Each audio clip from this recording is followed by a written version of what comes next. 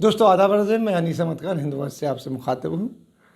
अभी यूरोपियन मुल्कों में जो एक कानून आ रहा है कि बकरे को बेहोश किए, जानवर को बेहोश किए बगैर आप उसको हलाल नहीं कर सकते हैं।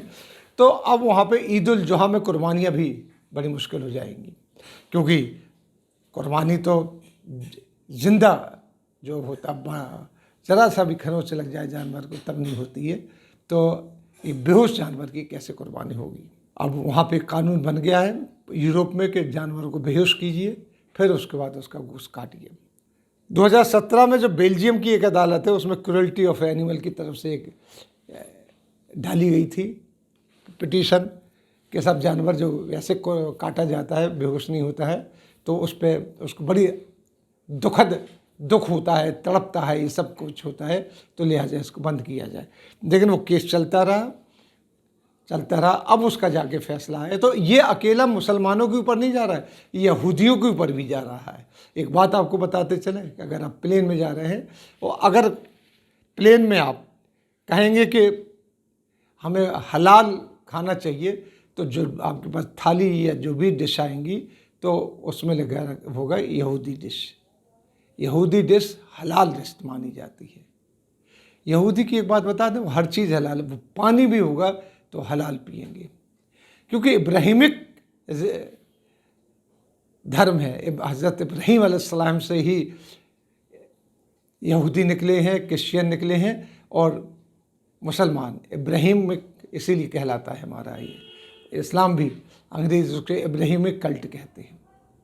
हज़रत इब्राहीम से जो अल्लाह के रसूल थे उनसे ये धर्म निकले, तो लिहाजा उनके ऊपर हलाल और हराम बड़ी सख्ती से पाबंदी की जाती है उनके यहाँ। जो जब कानून बना था तो मुसलमानों ने, यहूदियों ने, दोनों ने मिलकर इसको बेल्जियम के जो बड़ी अदालत में इसको चैलेंज किया था, और इसी बुनियाद पर इसको इस्लामिक और यहूदी जो धर्म है उसके विरोध में बताया था। हालांकि वहाँ के एडवोकेट जनरल थे, उन्होंने कोर्ट से ये कहा था कि ऐसी कोई पाबंदी न लगाई जाए क्योंकि चलेगी नहीं, लेकिन तब भी कोर्ट ने दानिश्ता जानबूझकर ऐसी पाबंदी लगाई, फिर भी इस पर बैन लगा दिया जो पूरे यूरोप के लिए है।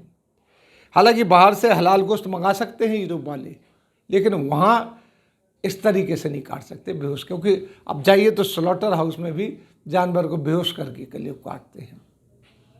आप देखिए अगर स्लॉटर हाउस में तो जैसे ही जानवर को ले जाया जाता तो पहले उसके सर पे एक हथौड़ा सा पड़ता है, उसके बाद उसको ज़िबा किया जाता है और उसके बाद निकाल दिया जाता है। लेकिन जब हम धार्मिक कुर्बानियाँ देते तो उसमें जानवर का खरोंच नहीं लगी होनी चाहिए, कोई जिस पर बीमारी नहीं होनी चाहिए, इस तरीके के जानवर की कुर्बानी देते। तो लिहाजा ये कहा जा रहा है कि इस तरीके से यही नैरेटिव कहीं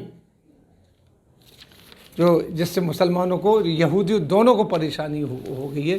यहूदी बहुत ज़्यादा कट्टर होता था, मुसलमान थोड़ा हिंदुस्तान में आके लीनियंट भी हो गया है, तो वो तो खाते नहीं है। लेकिन ये हवा अगर हिंदुस्तान में चल गई तो यहाँ भी फिर बवाल होने लगेगा कि आप जानवर को बेहोश कीजिए, मुर्गे को बेहोश कीजिए, बकरी को बेहोश कीजिए, फिर उसके बाद उसको काट के उसकी कुर्बानी दीजिए या फिर उसका गोश्त निकालिए।